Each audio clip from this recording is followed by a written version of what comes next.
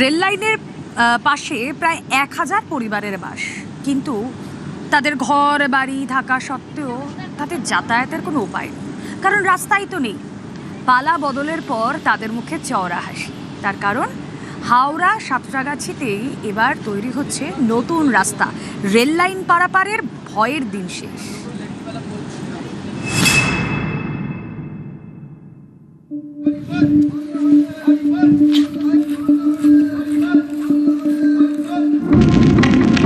Rail bridge, তার উপরে পাতা রেল লাইন। এই লাইন দিয়ে ট্রেন যায়, এই লাইন দিয়ে মানুষও হাঁটেন, কারণ রেলের এই লাইনই পারাপারের একমাত্র পথ। আর কোনো রাস্তা নেই এখানে।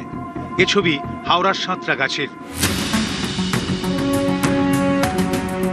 সাঁতরাগাছির মৌখালি, এখানে থাকে কম করে 1000 পরিবার, কিন্তু যাতায়াতের কোনো রাস্তা নেই।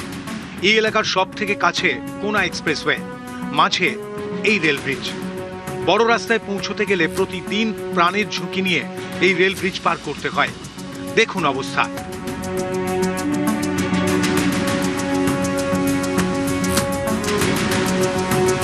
কেউ হেঁটে রেল ব্রিজ পার করছেন,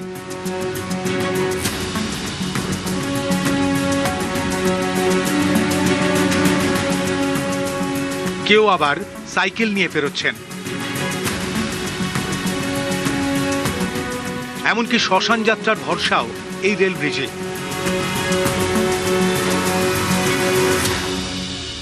স্থানীয়দের দাবি, এই ব্রিজ পেরোতে গিয়ে ট্রেনের ধাক্কায় অনেকের প্রাণ গিয়েছে।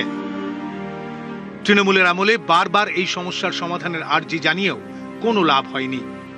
এর আগে যে তৃণমূল কংগ্রেস ছিলেন, ওনার কাছে তো প্রচুর গেছি আমরা। 45 বছর আমাদের রাস্তা হয়নি। তারপরে ওনারা যে 15 বছর ক্ষমতায় এসেছে, আমরা সবাই মেয়ে বাচ্চা বুড়ো ছেলে সবাই ছুটাছুটি করেছি, কিন্তু ওনারা কোনো গ্রাহ্য করেনি। নতুন সরকার এসছে, আমরা এনার কাছে আবেদন জানাচ্ছি যে আমাদের যদি একটা ব্রিজের ব্যবস্থা করে, আমরা এতগুলো মানুষ 600-650 মানুষ আমরা বেঁচে যাই। ব্রিজ নেই, রাস্তাঘাট নেই যাওয়ার জন্য, বাচ্চারা চলে যায়। আমার যাই হচ্ছে জল আনতে গিয়ে অ্যাক্সিডেন্টে মারা গেছে। রেল লাইন দিয়ে যেতে অসুবিধা হয়, এই জন্য আমরা চাইছি যে একটা ব্রিজ হয়ে যায়।